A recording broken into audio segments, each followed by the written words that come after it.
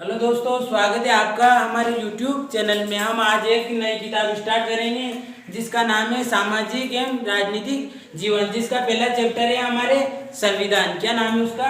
संविधान। तो हम संविधान के ऊपर चर्चा करेंगे। ये पहला क्वेश्चन ही बनता है, हम उस चैप्टर में जाएं तो कि सबसे पहले ये क्वेश्चन बनता है उसमें कि संविधान किसे कहते हैं, कि संविधान क्या होता है और संविधान किसे कहते हैं। तो संविधान जिस प्रकार हम कोई भी खेल खेलते हैं, क्या करते हैं, जिस प्रकार हम कोई भी खेल खेलते हैं, मानो कि हम बास्केटबॉल या कोई फुटबॉल खेल रहे हैं, क्या कर रहे हैं, खेल रहे हैं, तो उसमें जैसे 11 खिलाड़ी एक टीम में होंगे और 11 खिलाड़ी एक टीम में होंगे, दोनों में 11 खिलाड़ी होंगे, जैसे ये 11 इधर और 11 इधर, पर इनमें ये एक स्थान पर 2 गोलकीपर होते हैं। क्या होते हैं? 2 गोलकीपर होते हैं। जो इस मैदान से बाहर कहीं भी फुटबॉल चली जाए, क्या हो, फुटबॉल बाहर चली जाए, तो उन 11 खिलाड़ियों में दीजिए 11 दोनों तरफ होंगे और 11 खिलाड़ी इधर भी होगी, 11 उधर भी होंगी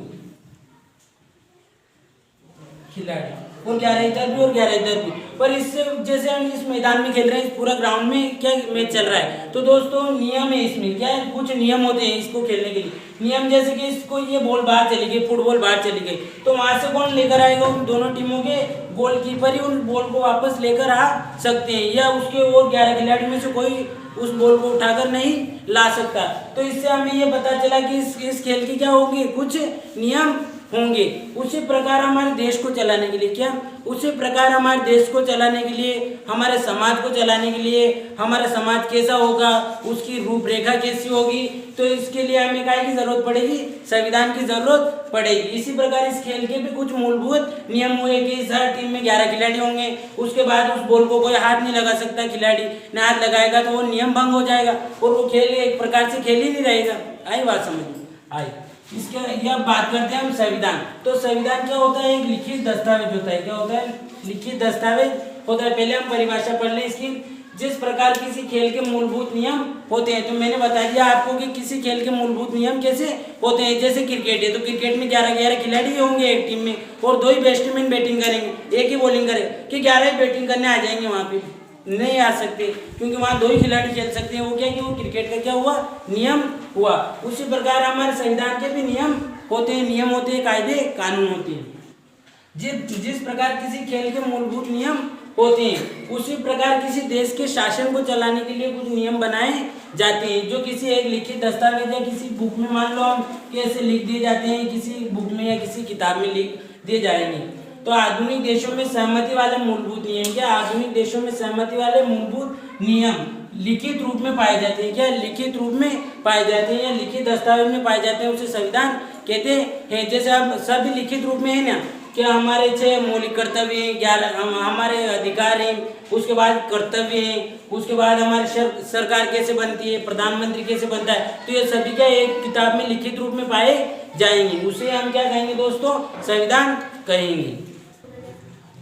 हाँ, तो ये हमारे ये अब मैंने वो ये वीडियो बंद कर दिया था लिखने के लिए, क्या बहुत लंबा वीडियो बन जाता है इस कारण। तो किसी भी देश को संविधान की जरूरत क्यों पड़ती है, अब इसके बारे में हम चर्चा करेंगे। तो यह इन सब मैंने ये पॉइंट लिख रखे हैं, तो आप इसका स्क्रीनशॉट ले लेना और इनको याद कर लेना। इन पॉइंटों से ये पूरा ये यहाँ तक संविधान, किसी भी देश को संविधान की जरूरत क्यों पड़ती है, तो यहाँ तक का हमारा चैप्टर कंप्लीट हो जाएगा और बाकी बचेगा वो मैं अगले वीडियो में आपको बता दूंगा।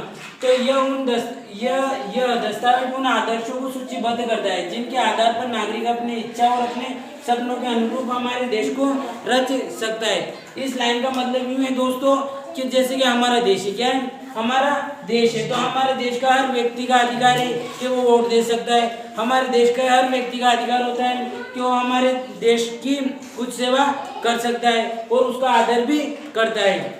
तो जैसे आदर्श हुए हमारे देश के, जैसे गांधी जी हुए, ये बड़े बड़े व्यक्तित्व हुए, तो ये क्या है, उनका सबका सम्मान करना। उसके बाद राष्ट्रगान हुआ, राष्ट्रगीत हुआ, तो उनको भी एक तरीके से ये क्या करता है, आदर्श को। और उसके बाद व्यक्ति की इच्छा, जैसे व्यक्ति की इच्छा के ऊपर निर्भर, जैसे हमारे यहाँ ब्रिटिश का शासन था, क्या था, अंग्रेजों का शासन था, तो अंग्रेज क्या करते थे कि हमें दबाते थे, क्या करते थे, अंग्रेज क्या करते थे, हमें दबाते थे। तो अब जब हम अंग्रेजों से आजाद थे, गुलामी, इन अंग्रेजों से हम गुलाम थे, तब इनकी गुलामी से हम बाहर निकले, तब हमने सोचा कि हमारे देश का भी कुछ संविधान होना चाहिए, तो हमने ये संविधान बना है। तो एक कारण तो ये हो गया है कि उन आदर्शों को जो हमारे देश के लिए जो अंग्रेजों से लड़े और जो बलिदान हुए और उनके आदर्शों को सूचीबद्ध करता है, उनके आदर्शों को भी हमारे संविधान में जगह दी जाती है और उनको भी पढ़ाया जाता है। उसके बाद हम बात करते हैं कि संविधान को दूसरी जरूरत क्यों, ये जरूरत है कि हमें पूछे कि संविधान की हमें जरूरत क्यों पड़ी। तो संविधान की हमें पहली जरूरत इस कारण पड़ती है। अब बात करते हैं हम दूसरी चीज कि देश का सरकार व शासन का संचालन करना क्या करता है संविधान। हमारे देश की सरकार कैसे बनती है, सरकार कैसे बनती है, शासन कैसे चलता है, सरकारों का बनना क्या होता है इसमें, सरकारों का बनना कि राज्य सरकार कैसे बनेगी, केंद्र सरकार कैसे बनेगी, पीएम कैसे बनेगा। तो देश का सरकार व शासन का संचालन कौन करता है कि संविधान के अंदर लिखा हुआ है इससे होता है। तो संविधान से यह सारे नियम मालूम हो जाते हैं कि देश में सरकार कैसे बनेगी, शासन का संचालन कैसे होगा। जैसे कि हमें संविधान से ही मालूम होता है ना कि सरपंच कैसे बनेगा, प्रधानमंत्री कैसे बनेंगे, मुख्यमंत्री कैसे बनेंगे, है ना, ये लोकतंत्र की कड़ी। तो जिसमें प्रधानमंत्री के लिए हम सांसद के वोट देते हैं, उसके बाद मुख्यमंत्री के लिए हम विधायक का वोट देते हैं, देखा ना। तो इससे हमें कहाँ से पता चलता है कि संविधान से ही हमें पता चलता है कि हमारे यहाँ की सरकार कैसे चलेगी, सरकार कैसे बनेगी और पीएम कैसे बनेगा। मानो कि हम कि जैसे कि सरकार बनी कि प्रधानमंत्री बनते, तो हम संविधान में तो लिख रखा है कि पीएम को हम सांसद को वोट देंगे तभी तो प्रधानमंत्री बनेगा, सांसद को वोट देंगे हम, ये सांसद को वोट देंगे तभी तो प्रधानमंत्री बनेगा व्यक्ति। तो ये कहाँ लिख रखा है, संविधान में लिख रखा है। हमें पहले थोड़ी मालूम था कि हमें किसी वोट देंगे और कौन बनेगा, तो ये संविधान में लिख रखा है ना, कि हम विधायक को वोट देंगे, मुख्यमंत्री कौन बनेगा, किस पार्टी का बनेगा। तो हमें कहाँ से पता होगा, संविधान से पता चलेगा कि संविधान में लिख रखा है कि कैसे प्रधानमंत्री बनता है, कैसे सरकार चलती है, देश का संचालन कैसे होता है। ये सभी की जानकारी हमें कहाँ से प्राप्त होगी, संविधान से प्राप्त होगी। अब बात करते हैं हम तीसरे नंबर की, निरंकुशता पर प्रतिबंध। इसमें ये लाइन लिख रखी है, आप ये यहाँ पे थोड़ा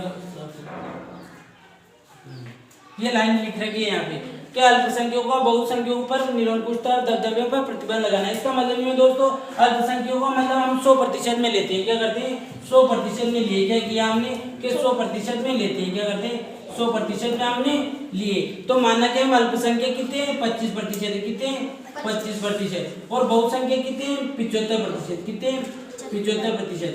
तो इनका निरंकुशता पर दबदबे कैसे, मतलब कि जैसे कि एससी वाले किसी समाज में, एससी ओबीसी आप जानते हो, किसी समाज में या किसी गांव में एससी वाले कैंडिडेट कितने 100 व्यक्तियों में से 25% कितने कैंडिडेट है एससी वाले ही, एससी वाले। उसके बाद 75% क्या है ओबीसी वाले। तो इसका मतलब यूं हुआ दोस्तों कि जैसे 75% जिस व्यक्ति की होगी या ओबीसी वालों का होगा, तो सरपंच, प्रधानमंत्री, मुख्यमंत्री सभी किसके बनेंगे, ओबीसी वालों के बनेंगे ना, नॉर्मल बात है कि उन्हीं के बनेंगे। तो इसमें क्या करती है सरकार, यह संविधान क्या करता है कि हमें आरक्षण दे रखा है, क्या कर रखा है, आरक्षण दे रखा है। तो उससे क्या होता है कि अल्पसंख्यकों पर, बहुसंख्यकों का दबदबा पर निरंकुश लगता है। ये संविधान का एक मुख्य कार्य होता है। जैसे पहले क्या होता था कि हमारे समाज में छुआछूत, ये कई बड़ी प्रथाएं चलती थी। तो जिसमें क्या किया जाता था कि जो एससी वाले, जो एससी में आते हैं, उनके साथ क्या छुआछूत का भेदभाव किया जाता था, उनको अधिकार नहीं दिए जाते थे अंग्रेजों के टाइम से। तो हमारे संविधान में अधिकार दिया हमें कि कोई भी व्यक्ति किसी के साथ छुआछूत नहीं कर सकता है। तो उसमें अनुच्छेद, स्पेशल अनुच्छेद बनाया गया उसके लिए 17। तो ये कोई इसका प्रतिबंध भी कौन लगाता है, सरकार या संविधान लगाता है कि किसी भी बहुसंख्यक या ताकतवर व्यक्ति किसी कम ताकतवर व्यक्ति को दबा नहीं सकता, उसकी शक्तियों के कारण नहीं दबा सकता। अब बात करते हैं हमें अपने आप से कैसे बचे। इसका मतलब है हम अपने आप से कैसे बचे। तो हमें सोच आए ऐसे कि जैसे कि हमारी सरकार बनी, प्रधानमंत्री क्या है, पीएम, ये प्रधानमंत्री है, पीएम है ना, तो सरकार है। तो हम कहें कि नहीं, पीएम 5 साल में क्या किया उसने कि हमारे देश में बहुत घोटाले डाल दिए, क्या किए, घोटाले कर दिए। हमारे देश की सब संपत्ति थी उनको विदेशों में भेज दिया और ऐसे घोटाले डाल दिए। तो हम कहते हैं कि नहीं यार, लोकतंत्र तो क्या है, अच्छा नहीं है। क्या बोलते हैं हम कि लोकतंत्र तो अच्छा नहीं है। तो फिर हम क्या सोचेंगे, क्या राजतंत्र हो जाए, क्या सोचे हम कि लोकतंत्र तो अच्छा नहीं है, तो क्या हो जाए, लोकतंत्र है ना, लोकतंत्र। अगर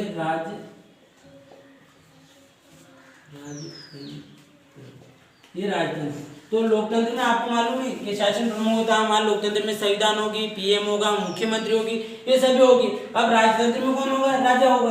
क्या होगा? राजा होगा। तो हमारे दिमाग में इसी सोच आए कि हम अपने आप से कैसे बचे, इसका मैं बता रहा हूँ आपको, पूरी लाइन के सार बता रहा हूँ कि हम पीएम जैसे पीएम लोकतंत्र में और राजतंत्र में कौन होगा? राजा होगा।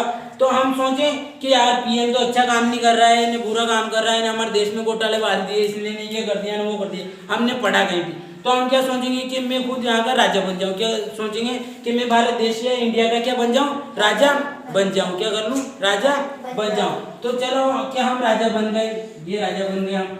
तो हमने 5 साल हमने हमारी जिंदगी तक बहुत अच्छा शासन किया और हमारे देश को चरम पर ले गए और हमारे देश को इतना महान बना दिया, हमने बहुत अच्छा काम किया। पर क्या हमारे आने वाली पीढ़ियाँ या हमारे आने वाली औलादें क्या ऐसा कर पाएगी? क्या हमारी औलादें या हमारे आने वाली पीढ़ियाँ ऐसी निकल गई जिन्होंने देश को ही बेच दिया? तो हम उसका कुछ कर सकते हैं क्या? उसका हम कुछ नहीं करेंगे, बेचेंगे वो तो, क्योंकि राजतंत्र हो जाएगा, राजा का लड़का ही राजा बनेगा। और लोकतंत्र में ऐसा नहीं होता है। क्या होता है? ऐसा नहीं होता है। जैसे पीएम है तो कितने वर्ष के लिए होगा? ये 5 वर्ष के लिए होगा। क्या होगा? 5 वर्ष के लिए। नहीं, इसकी तो कोई लिमिट ही नहीं है, क्योंकि इसके बच्चा का बच्चा ऐसे बनता जाएगा। लोकतंत्र में तो ऐसे होगा कि बाप का बेटा और बाप का बेटा, भले वो मूर्ख क्यों ना हो, तो राजा का बेटा ही राजा बनेगा। और पीएम में मूर्ख हो तो हम उसे भगा सकते हैं ना, हमें मतदाता का अधिकार है, हमें वोट देने का अधिकार है, तो उससे क्या करेंगे? हम भगा सकते हैं।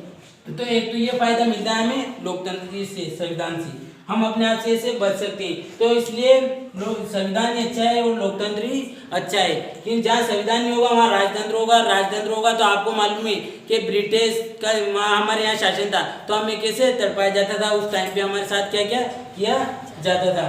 तो ये लाइन में पढ़ दूं एक बार आपके लिए, हम अपने आप से कैसे बचे, तो ये परिभाषा बना रहे।